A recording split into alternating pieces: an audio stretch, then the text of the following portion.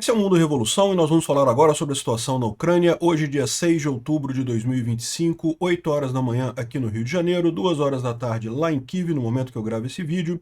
E de ontem para hoje tivemos um grande ataque da Ucrânia, com drones e mísseis em vários lugares da Rússia, tá? Teve ataque em termoelétrica em Briansk, teve ataque em termoelétrica em Belgorod, teve coisa em Luhansk, teve ataque aqui em Nizhny Novgorod, teve ataque em Moscou, teve ataque em um monte de lugar, também aqui em Tuapse, também em Feodósia, na região temporariamente ocupada da Crimeia, um monte de ataques ucranianos contra alvos russos aqui. A gente vai falar sobre todos eles, né? Na linha de frente, nenhuma grande mudança, porque o tempo, o clima está muito ruim, muita chuva lá na Ucrânia nesse momento, e isso é lógico, torna qualquer movimentação na linha de frente mais complicada. Mas a informação que a gente tem é que o número de mortes de russos continua muito alta, o que é extremamente positivo no final das contas, né? Do ponto de vista diplomático, nós tivemos a ressuscitação, voltou do mundo dos mortos, a Angela Merkel, que é outra putinista, né? O que eu creio que aconteceu nesse caso é justamente o Putin pedindo para os amigos antigos dele, oh, dá um jeito de ajudar aí, coisa e tal, e veio a Angela Merkel ressuscitando no mundo dos mortos políticos para falar merda, dizer que, que a culpa é da Polônia, e a culpa é dos países bálticos pela guerra da Rússia. Um monte de besteira. Realmente ela, sem dúvida alguma, é uma agente russa, e é por isso que a Europa está nessa merda que é. É o Gerhard Schröder e a Angela Merkel, os dois idiotas que sacanearam a Alemanha nesse período todo, né? Bom, vamos falar sobre esses e outros assuntos em detalhes. Essas notícias foram sugeridas por Não Aguento Mais Assustar com a Vinheta, Terra Nova e várias outras pessoas. Obrigado aí ao pessoal que sugeriu notícias lá no nosso site, no wrevolving.com. E obrigado a você que está assistindo o nosso vídeo. Se você gosta do nosso conteúdo, por favor, deixe o seu like e se inscreva aqui no canal, né? E bom, antes da gente entrar no assunto, deixa eu lembrar vocês da nossa vaquinha. Estamos fazendo uma rifa para ajudar o pessoal o pessoal brasileiro lá em Kiev. A base deles foi atingida por um desses últimos ataques grandes que teve lá na Ucrânia. E a gente está fazendo esse leilão, né, essa rifa desse relógio feito com peças do Haimar aqui, feito lá na Ucrânia, e tem outros brindes também aqui, tem cartões e selos e alguns badges, né, variados aqui. Então são 10 prêmios no total. Quem puder ajudar, eu agradeço muito. Já está com uma boa quantidade vendida, já está com 30% vendido já. Começamos na semana agora passada, então já está bastante adiantado. Vai até o dia 18 de outubro. Então, se você puder ajudar a gente comprar, agradeço a todo mundo que já comprou seus bilhetes aqui. E quem puder comprar, muito obrigado a você também, tá? Bom, de ontem para hoje, a Ucrânia foi alvo de 116 drones russos, né? Teve um ataque grande de drones, 116, dos quais 83 foram derrubados pela defesa antiaérea e os outros acabaram, infelizmente, atingindo alguma coisa, né? Foi um ataque muito menor do que dos últimos dias. Nos últimos dias teve ataque aí de 500 drones, 600 drones. Ontem foi 116, mas ainda assim foi um ataque muito ruim. Pegou um grupo de ativistas italianos que estava num trem em Lviv e foi atingido por drone. Ninguém ficou ferido, mas ainda assim é um susto bem grande o seu trem ser atingido por drone ali em Lviv, né? Eram ativistas italianos que estavam de trem saindo de Kiev e indo para Lviv e acabaram sendo atingidos ali, né? É o Movimento Europeu para a Ação Não Violenta. Enfim, muito triste isso, mas felizmente não teve nenhum morto, nenhum ferido, só o susto mesmo do pessoal. Outro caso similar foi esse caso aqui registrado em Kramatorsk. Os russos estão usando aqui um drone com fibra ótica para atingir um carro na cidade de Kramatorsk. Kramatorsk fica a 20 quilômetros da linha de frente. Então é uma cidade que está tendo uma vida normal, né? Quando eu estive lá em Kiev da última vez, quando eu estive lá na Ucrânia da última vez, eu estive em Kharkiv, que está a 12 quilômetros da linha de frente, e vida normal, né? Aqui também em Kramatorsk, tudo funcionando e coisa e tal, mas aí esse drone chegou lá e atingiu esse carro militar que estava parado ali.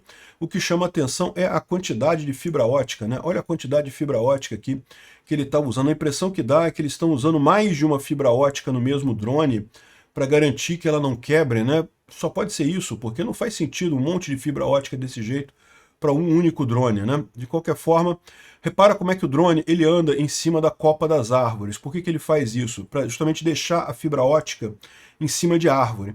Nesse ponto que ele coloca aqui, que ele está andando sem ter a árvore, o drone está caindo, está encostando no chão. Aí o risco de você quebrar a sua fibra ótica é muito grande, né? Aí, por isso também que ele fez o ataque dele, né? Porque não ia conseguir andar muito tempo dessa forma, né?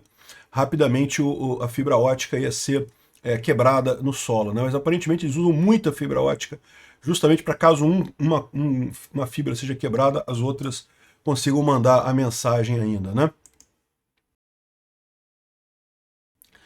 Bom, vamos falar agora sobre as várias coisas atingidas. A Ucrânia fez um ataque contra várias coisas na Rússia. E, bom, isso aqui é Tecnópolis, um armazém que é uma zona especial econômica em Moscou e que são usados para a produção de drones. Então essa área aqui é uma área lá em Moscou que é usada para a produção de drones, um grande armazém.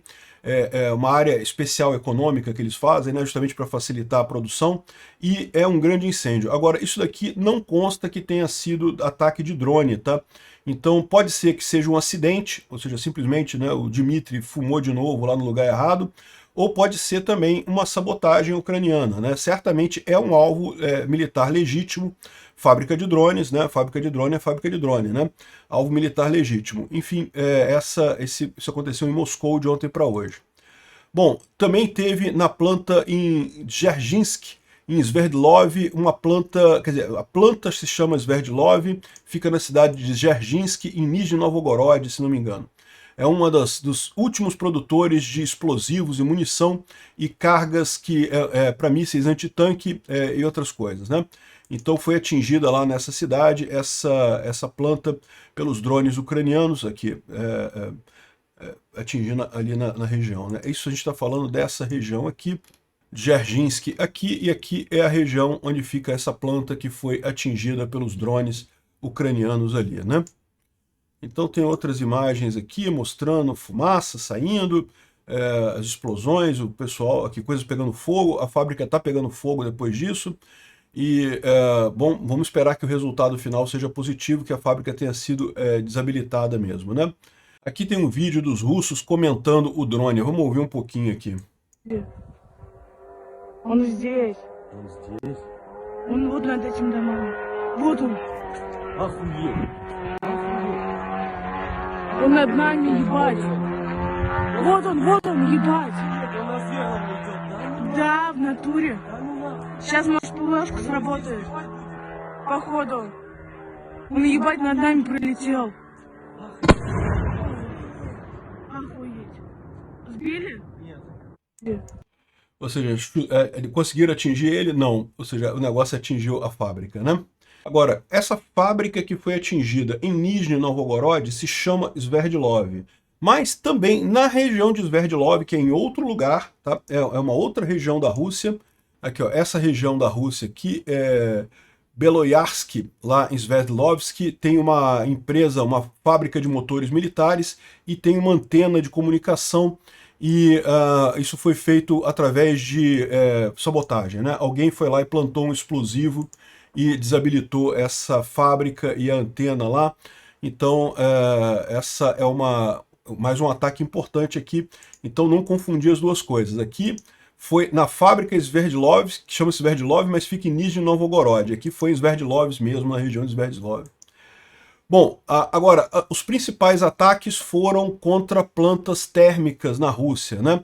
Tanto lá na região de Briansk quanto em Belgorod. Então, aqui em Briansk, nessa região aqui, os ucranianos atingiram uma termoelétrica russa aqui, e foi um ataque com mísseis, tá?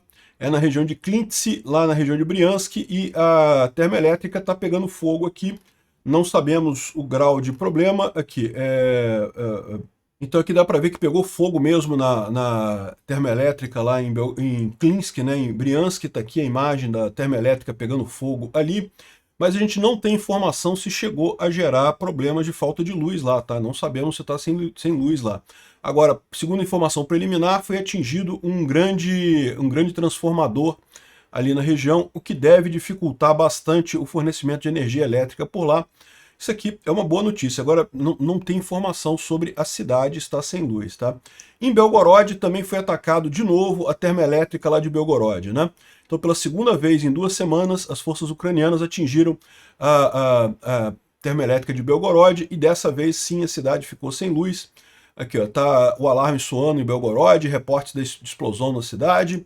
E isso resultou, de fato, no blackout total da cidade ali em vários lugares do Oblast de Belgorod, né? Mais imagens aqui da explosão lá na termoelétrica lá de Belgorod. E 40 mil pessoas continuam sem energia elétrica depois do ataque em Belgorod, segundo o governador ali, né? Equipes de emergência estão trabalhando para restaurar a eletricidade ali na cidade, né? E agora pela manhã, né? Agora pela manhã, de novo, o alarme soou em Belgorod. Eles estão suspeitando de que teve mais explosões da cidade. Não sabemos ainda o que foi atingido dessa vez, hoje pela manhã, mas teve mais coisa em Belgorod, além de ter atingido a termoelétrica ontem, né? Então, as 2 termoelétricas aí foram atingidas, mas não foi só isso. Também teve ataques ucranianos em Tuapse, na região de Krasnodar Krai. As defesas estariam tentando derrubar os drones e coisa e tal, um monte de drones lá. Alguns eles derrubaram, mas a gente não tem certeza se teve alguma coisa atingida. Agora, o ataque que chamou mais atenção foi esse daqui, ó, na região temporariamente ocupada da Crimeia, na região de Feodósia. Aqui ó, tem um grande depósito de combustível aqui em Feodósia, nessa região aqui. Bom, só para colocar, né, Tuapse é essa região aqui no sul da Rússia, né, que foi atingida também. Feodósia está aqui, ó, é um grande depósito que tem aqui, e lembra aquilo que a gente tem mencionado, a Rússia está com problema já de combustível na Crimeia, é talvez o lugar com maior problema de combustível nesse momento para os russos, e daí esse depósito de combustível ali em Feodósia foi atingido pelos ucranianos, né? Parece que um incêndio muito grande, tem várias imagens aqui de pontos diferentes, mas é o mesmo ataque, tá? Um depósito de óleo pegando fogo, está se tornando cada vez mais comum o ataque lá contra esses depósitos, né? Aqui, ó, mais imagens ali de Feodósia, causando esse incêndio ali. E o fogo, né, a chama pode ser vista a dúzias de quilômetros de distância. A falta de combustível na Crimeia tem forçado as autoridades a cortar rotas de transporte público. O déficit chegou a 56% da demanda e a gasolina está sendo racionada só 20 litros por pessoa. A base aérea de Saki, em Novofedorivka, também teve sob ataque essa noite, que é essa outra base aqui. Então, além disso daqui, também aqui em Saki, né, Novofedorivka, essa base aqui, também foi atingida essa noite, né?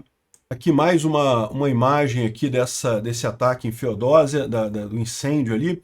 Dá para ver o pessoal apavorado por ali, né? E como a gente falou também, a base aérea de Saki, em Novofedorivka, também foi atingida, mas a gente não sabe exatamente o que foi, qual foi o resultado desse ataque aqui contra Novofedorivka, né? Também teve um ataque em Evpatoria, ali perto, no vilarejo de Uyutonoi, que é mais um lugar ali na Crimeia que foi atingido também essa noite. Não sabemos exatamente o que foi atingido, mas parece que foi um dos radares aqui. Um dos radares teria sido danificado nesse ataque ali em Evpatoria. Evpatoria é próximo aqui, Novofedorivka aqui, e Evpatoria é nessa região aqui, bem próximo dessa região, né? Além disso, teve um depósito de munição em Pavlopil, próximo de Mariupol, que também foi atingido pelas forças ucranianas, e o pessoal está reportando um monte de explosão, um grande incêndio no local. Então, ótima notícia, é uma região temporariamente ocupada pelos russos aqui, que é usada como base das forças russas ali na linha de frente, né? Então, boa notícia isso. A verdade é que, segundo os russos, os ucranianos lançaram de ontem para hoje mais de 251 drones e mísseis contra a Rússia, né? Então repara que a Rússia está aumentando o número de drones e mísseis contra a Ucrânia, mas a Ucrânia também está aumentando o número de drones e mísseis contra a Rússia, né? E uma outra coisa importante é que a gente falou sobre as termoelétricas, parece que as termoelétricas, tanto em Briansk quanto em Belgorod, não foi drone não, tá? Foi míssil que foi usado ali. Os russos estão falando de HIMARS e coisa e tal, mas provavelmente foi Flamingo ou algum outro míssil ucraniano, né? Aqui, ó, quase metade das refinarias russas foi atingida. Exportações de petróleo estão diminuindo e o Kremlin não pode parar isso. 60% dos ataques profundos da Ucrânia são feitos por drone FP1. E tem reportes que agora a Kyiv também está fazendo o FP5 Flamingo, mísseis com 300 km de alcance e uma carga explosiva de 1.150 quilos, né? Então, para atingir essas refinarias, parece que é o Flamingo que está sendo usado, tá? Ainda é relativamente perto, mas está aí, ó, o Flamingo. Grandes novidades. Segundo a The Economist, saiu com um artigo dizendo que os ucranianos já começaram a usar o Flamingo em ataques, né? O Flamingo voa a uma altitude de menos de 50 metros e pode chegar a 3.000 quilômetros e 1,1 tonelada de carga explosiva, né? Se o Flamingo se provar efetivo, conseguindo furar a defesa antiaérea russa de forma significativa, os ataques ucranianos dentro da Rússia podem conseguir uma força estratégica significativa. Atualmente, cerca de 3 mísseis são produzidos por dia, mas espera-se que no final do mês esse número seja aumentado para 7, né? A gente não sabe ainda qual que é a proposta da Ucrânia para atacar com isso daqui, mas certamente abre um monte de possibilidade, né?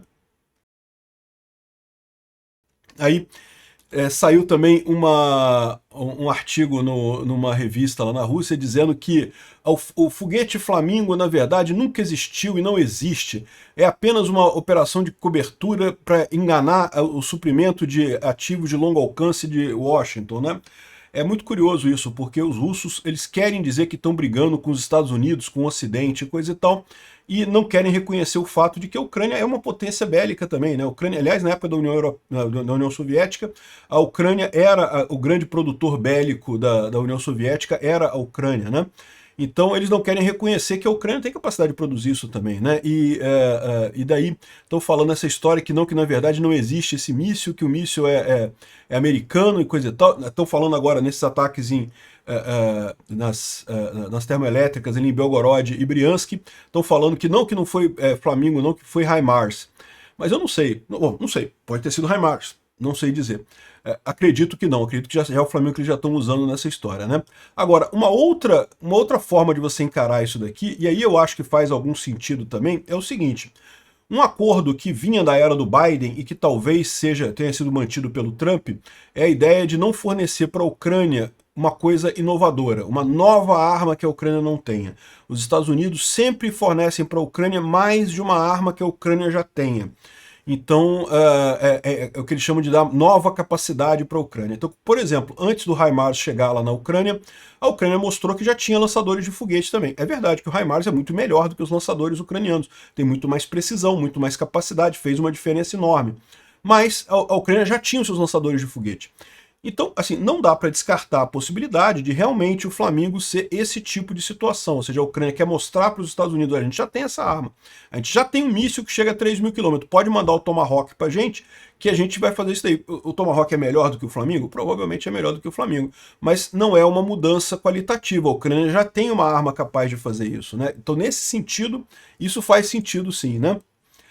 Bom, em setembro de 2025, o envio de óleo e produtos refinados de petróleo pelas ferrovias russas caiu para o nível da crise de Covid de 2022, segundo informações lá do russo, né? O colapso espelha a diminuição em 2020, quando a produção de petróleo caiu de 10 para 8 milhões de barris por dia. Alguns poços podem ser derrubados, destruídos ou fechados permanentemente, né? O que a gente estava falando lá sobre... Aqui, ó, o 2025 é o vermelhinho, né? Isso daqui é a quantidade de petróleo transportado pelas ferrovias russas ao longo do ano. Então, 2022 é o roxinho, o ciano é 2023. Você vê que já vai caindo, né? Tá sempre caindo. Depois 24 foi o amarelinho.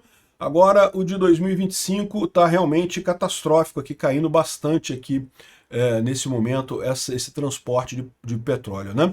O motivo, a gente já sabe, são as refinarias que estão parando de funcionar. E por que os poços de petróleo podem ser fechados definitivamente? A gente falou isso também. Como a produção na Rússia, a maior parte da produção na Rússia é em regiões muito frias, eles têm esse problema lá mesmo, né?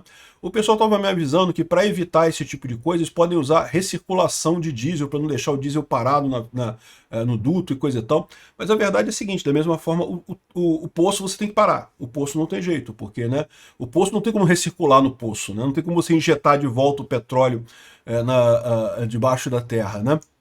Mas enfim, e é verdade que dá para recuperar muitas vezes, tá? Mas em algumas situações, se você tiver um congelamento muito sério, é difícil de recuperar.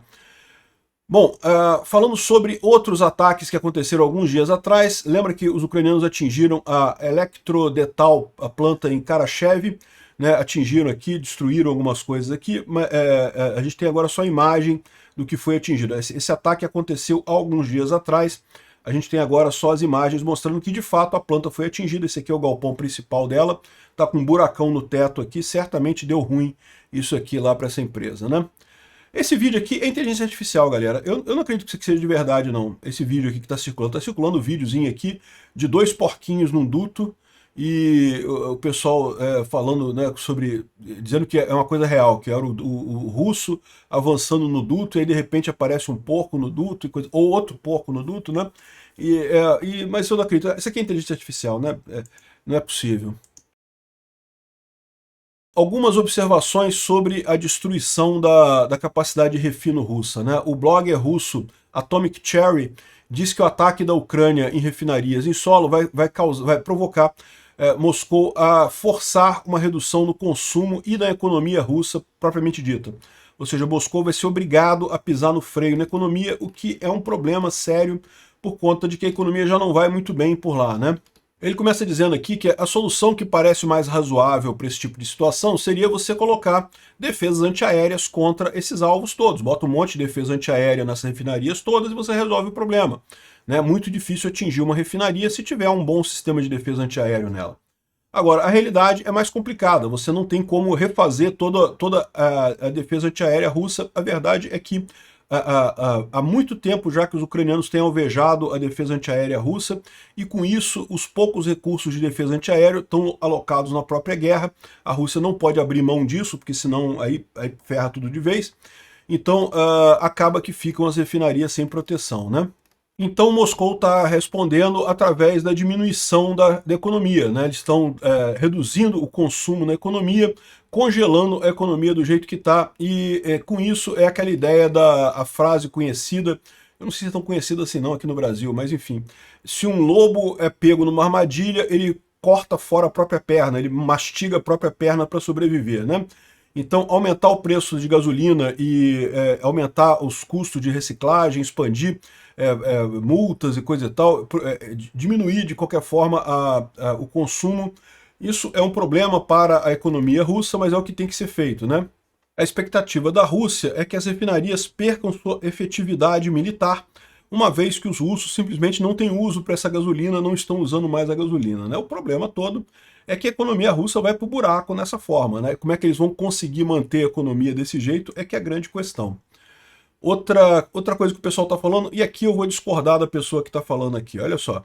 Observe esse vídeo, a explosão e o valor calórico emitido por essa bola de fogo deve ser capaz de destruir todo o tratamento térmico dos metais da planta. Essa planta está totalmente destruída e coisa e tal. Uma única molécula de metal fica no lugar depois que você vê isso daqui. Eu insisto, isso não pode ser reparado. O ataque às refinarias russas se tornaram parcialmente não usáveis, né?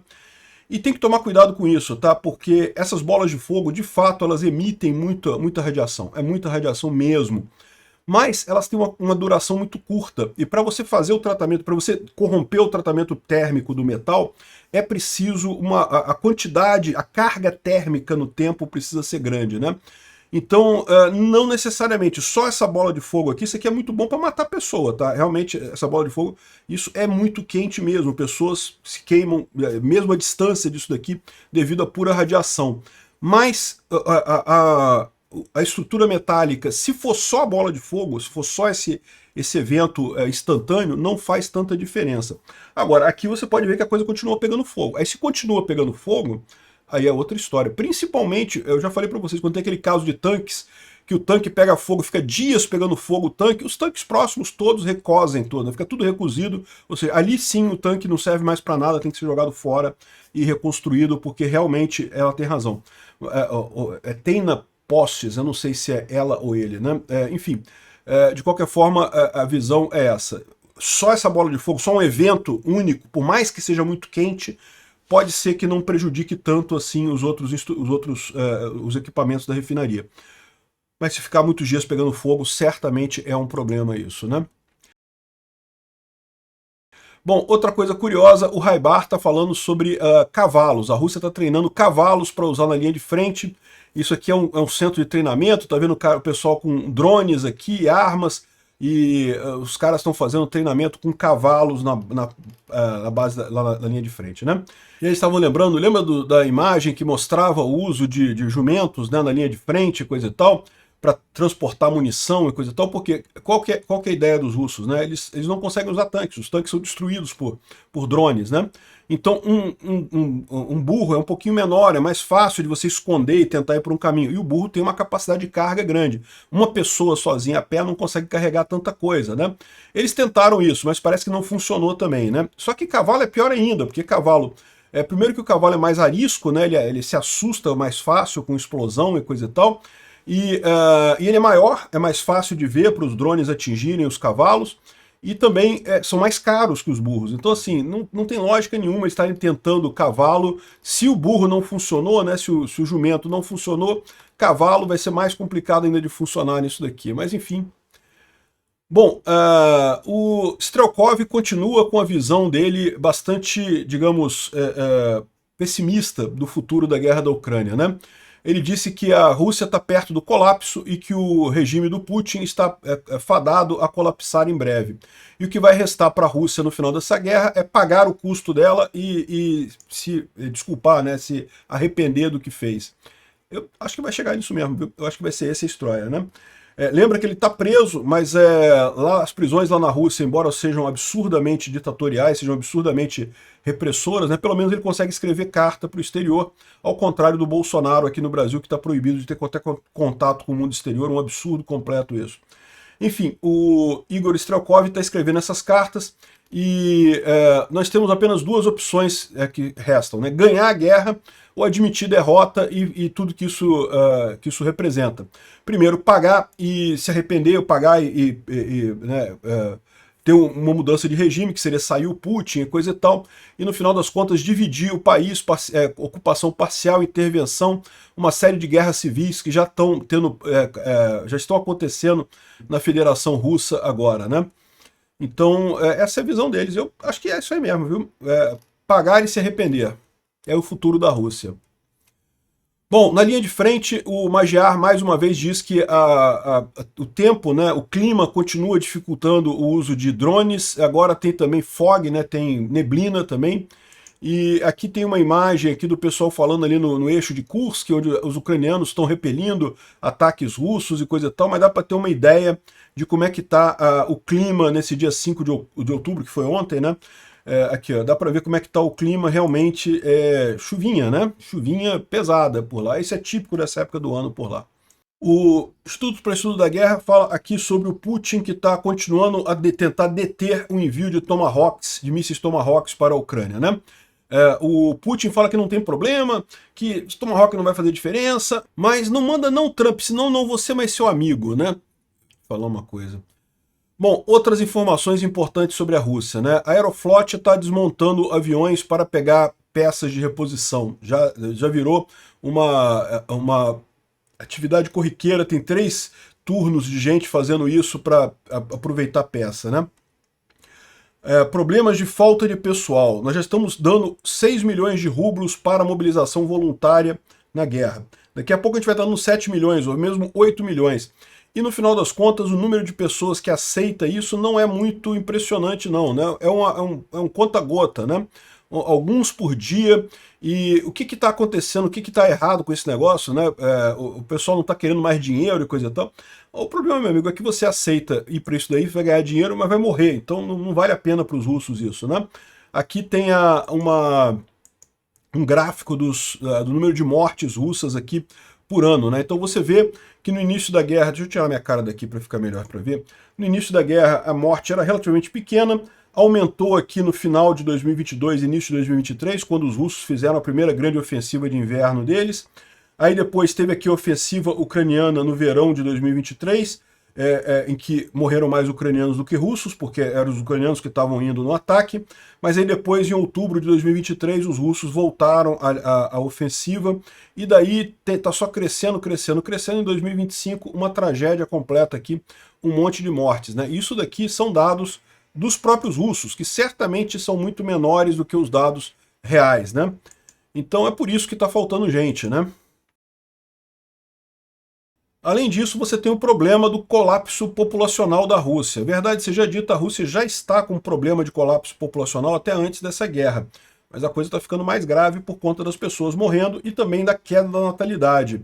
Então, é uma preocupação para a Rússia, não só para agora, mas vai ser uma preocupação por muito tempo no futuro. É o que eu falo para vocês, os países precisam começar a se preocupar que eles têm que atrair imigrantes no futuro. A gente precisa de gente, precisa que as pessoas venham para o nosso país, porque vai faltar gente para fazer as coisas aqui, né?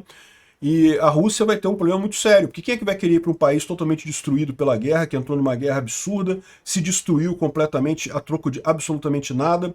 É realmente uma situação trágica, né? Bom, a França tem interceptado navios russos, interceptou mais um petroleiro russo aqui, o pessoal russo ficou chateado, o Putin brigou, ameaçou armas nucleares, hectacombe nuclear e não sei o que lá, e ele já falou que, Paris já falou que vai continuar interceptando os navios petroleiros russos ali de qualquer jeito, né? Agora, quem renasceu do mundo dos mortos, né, é Angela Merkel, amiguinha do Putin, super amiga do Putin, uma das grandes responsáveis pessoalmente por essa guerra. Ela disse que a culpa é da Polônia e dos países bálticos porque eles bloquearam o diálogo com Putin. Ai, que se eu tivesse conversado com Putin, eu tinha conseguido convencer ele a não atacar a Ucrânia. Ai, porque faltou diálogo com Putin. Cara, esse pessoal realmente quer ser invadido pela Rússia, só pode ser isso, cara. Esse pessoal esquerdista da Europa quer ser invadido pela Rússia, só tem essa alternativa, né? Ela deu essa entrevista para uma rede de televisão na Hungria, é lógico, né? Hungria falando bem dos russos aqui. Aqui, ó. Merkel acredita que o Putin atacou a Ucrânia apenas por causa dos países bálticos, mas também por causa da Covid. A gente não podia mais se encontrar pessoalmente com o Putin, porque o Putin estava com medo do coronavírus, e se você não pode conversar, você não pode discutir acordos face a face, você não tem que achar, você não consegue achar novos compromissos. Caramba, é muita vontade de passar pano pro Putin, cara. Putz grila. O que eu acho que está acontecendo aqui, né? O Putin está desesperado, ele achava que o Trump ia ganhar a guerra para ele, o Trump não resolveu o problema dele, agora ele não sabe o que fazer, né? E aí qual que ele está fazendo agora? Está pedindo para os amiguinhos dele, para o Orbán, para essa mulher aí que devia voltar para o mundo dos mortos, ela, e outros apologistas do Putin, para falar, não, dá um jeito de falar, de tentar resolver o problema, vamos conversar com o Putin, isso, conversar com ele vai dar certo, eu devia mandar essa mulher lá para a Rússia para ela ficar lá de uma vez. Bom, o Zelensky falou que a Ucrânia está produzindo 40 obuses autopropelidos por mês, aumentando a produção, o que é uma excelente notícia. O Bodana é um obus autopropulsado feito pela Ucrânia, equipamento próprio da Ucrânia, mas já com base em desenho ocidental, tá? Ele já é uma espécie de alternativa aos obuses ocidentais. O Zelensky disse que a indústria de defesa ucraniana multiplicou desde 2022 com a produção de drones internos muito grandes e está projetando 35 bilhões de produção no próximo ano. 40% das armas estão na linha de frente da Ucrânia e são feitas com o objetivo de chegar a 50% no final do ano, ou seja, a Ucrânia já produz, ou pretende produzir até o final do ano, 50% das armas que usa na linha de frente, o que é uma coisa bastante importante, né? E além disso, Kyiv está lançando o programa para exportação de armas ucranianas para crescimento adicional. A Ucrânia tem uma estratégia para evitar a queda de luz nesse inverno, né? Vocês sabem, os russos também estão atacando agora a infraestrutura de energia ucraniana para forçar a Ucrânia a ficar sem luz no inverno. A estratégia ucraniana é um conjunto, segundo diz o Wall Street Journal, é um conjunto de grandes baterias, né, baterias de no-break, escondidas, porque a bateria você pode guardar ela no subsolo, num lugar pouco conhecido e coisa e tal, e que com capacidade de 200 milhões de megawatts, 200 megawatts, né, que permitiria manter a cidade funcionando por 2 horas. E aí você permite fazer ajuste para conseguir abastecer a cidade, de forma que a cidade não fique sem luz, né? Tomara que funcione. Alguns dias atrás teve um grande ataque contra Lviv, né? E a gente sabe agora que os satélites chineses passaram por sobre Lviv poucas horas antes desse ataque russo. E a suspeita que o pessoal tem é que justamente a China está fornecendo para a Rússia imagens de satélite para fazer os ataques, né? Ou seja, a China está ajudando a Rússia com informação de guerra. Isso é uma coisa preocupante. A China não quer que a Rússia perca essa guerra, mas ela não quer que ela ganhe também não. Ela quer que fique nesse negócio aí com a Ucrânia e a Rússia se destruindo mutuamente, porque ela acha que vai se dar bem nisso daí, né? E finalmente os Estados Unidos está propondo na ONU uma resolução para... está querendo que o pessoal não aprove a resolução pedindo o fim do embargo em Cuba, porque Cuba está mandando soldados para lutar do lado da Rússia. Isso também é uma maneira de dar um checkmate nos europeus, né? Os europeus querem acabar com o embargo de Cuba, porque, ai, Cuba, tadinho de Cuba, não pode, embargo em Cuba. E sendo que o problema de Cuba é o comunismo mesmo, o embargo é o menor dos problemas dele. No final das contas, 5 mil cubanos estão lutando a favor da Rússia nessa guerra, ou seja, que mostra que a Europa está querendo ajudar alguém que está ajudando o inimigo deles. Obrigado por assistir o vídeo até o final. Se gostou do conteúdo, não esqueça de deixar o seu like, isso ajuda o canal a crescer e a chegar para mais gente. Se não gostou, deixe o dislike e explique nos comentários como podemos melhorar. Comente também sugestões de temas que podemos trazer por aqui. Comentários insultuosos ou defendendo ditaduras e criminosos de guerra serão sumariamente bloqueados. Agradeço a compreensão. Se ainda não é inscrito no canal, considere se inscrever clicando no botão inscrever-se abaixo e marcando a campainha para todos os avisos. Se quiser ajudar o canal, veja no nosso site como você pode fazer isso.